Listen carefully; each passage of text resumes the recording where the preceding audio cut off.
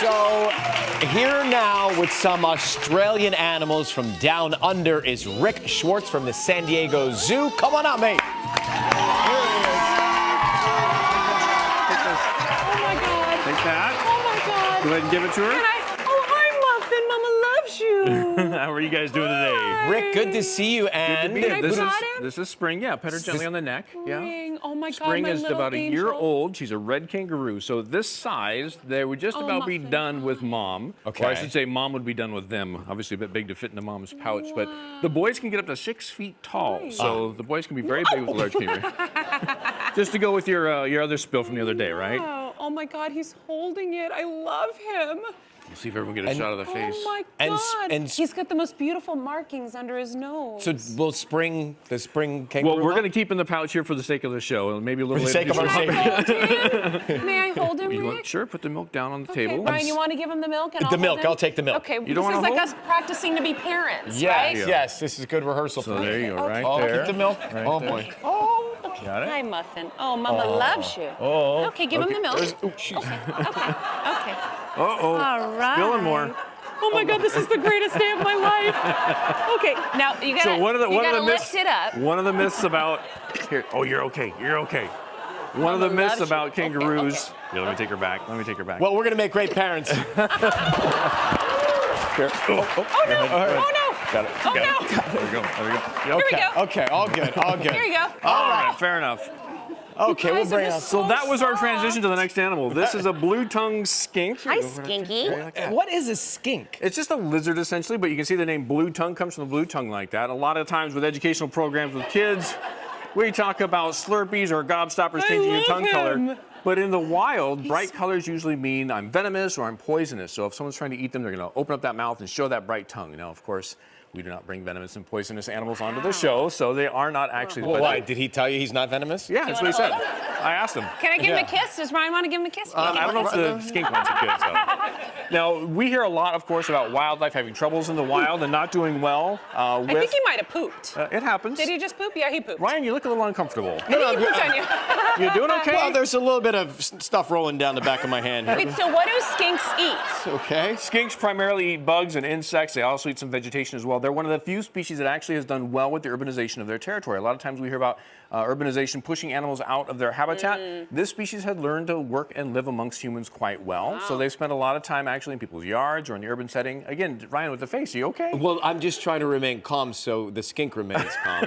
Yeah. Can, Look at his little can the hands. skink, is it a he or? This is the boy, yes. This is a, Yeah. Can this brother bite me?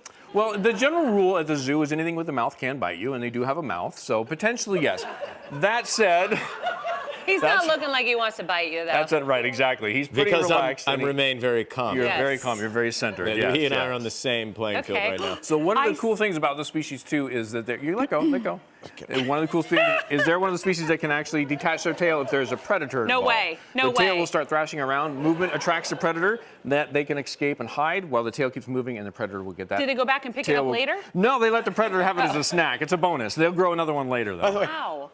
I can't hear a word Rick's saying. I'm so panicked holding the animal. Is he talking?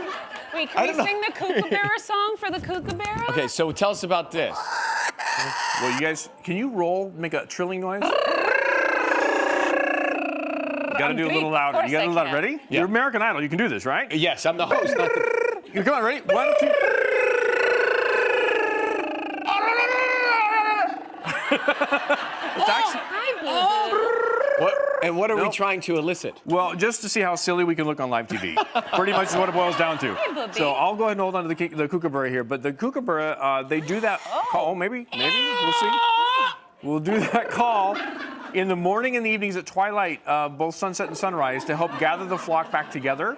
Now watch this really cool. So the original loves you. Steadicam. Watch the head. Yeah. Oh, yeah. Hello. So as they're up in the trees, this is a carnivorous bird. They'll hunt insects. That means they'll they hunt, eat us. not you. took a step back. Reptiles, small mammals, whatever they can grab. And so while they're up in the tree and the wind's blowing, they want to be able to focus on their prey.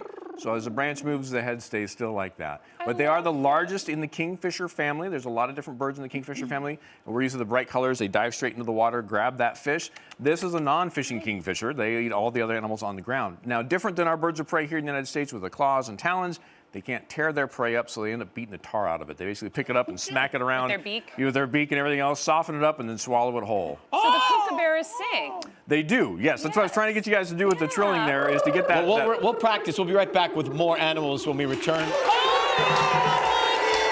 If you want to know more about any of the animals you've seen today on Live, just log on to our website, kellyandryan.com. Australian animals, Rick Schwartz of the San Diego Zoo, and this is the Argos Monitor. Argos Monitor. The monitor family is a wide variety of large lizards. The Komodo Dragon is a monitor. The Argos in Australia lives in the drier areas, and they're known for being able to stand up on their hind legs and use their tail sort of as a kickstand to kind of get a better view of their prey. Eat? Anything they can fit in their mouth. They are carnivorous, so they're going to go with whatever they can grab. Yeah, like the meatballs last night. Would have been a great thing for them. But I want to go ahead and hand off the Argos Monitor. Okay. We have a very special guest for you guys. Special guest, yes. If you had brought me the meatballs, he would have had one too. Look how cute! It's a koala! Guys. All right. This is Burley. Burley, Mama loves you. I'm going to turn my back to you too. guys, not to be rude, but you want to see this face. Oh my God. Hi, Muffin. So I have to say right now, this is a very special experience for everybody. To be able to bring Burley from the San Diego Zoo to come see you guys. He is 1 in a million. His attitude from day one during pouch checks, he'd come out and watch and hang out with the keepers. He showed us at an early age he liked being around people. So he's one of the few ambassador koalas that we have. And to be able to come out and show you guys, and I love that here, all the ahs, because I want you to fall in love with koalas. You have to understand this iconic species right here is in peril. Thankfully, the Australian government, along with our conservation partners all across the world, are working very hard to find out what these animals need most in the wild to help secure that for them, to make sure that we don't lose them. I don't know if anyone heard, but this morning we heard we lost the last male northern white rhino. The southern white rhino species is still doing okay.